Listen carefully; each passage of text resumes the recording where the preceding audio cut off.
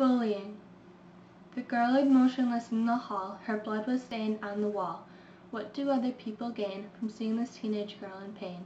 They beat her and tease her and tell her she's useless until she is covered in black and blue bruises. She goes home and cries at night and feels she can no longer continue the flight. She lays awake and thinks of a way to survive and make it through the day. But the pain is great and her courage is small, and she wonders if she will survive through it all.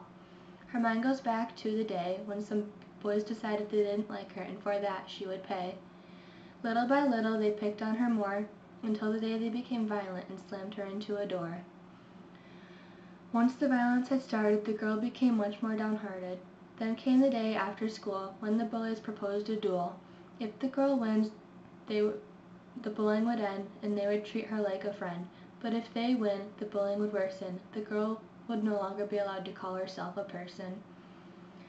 The girl thought it through. The stakes were high, but if she didn't try, she could die. Decided did she to accept their proposal, for her life was on the line at her bully's disposal. On the day of the duel, the young girl tried to keep her cool.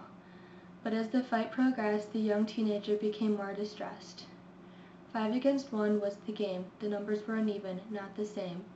More and more on the girl did those boys beat, until she lay on the floor in defeat. The memory of that fight just last week made the girl fear everything, and no more would she speak.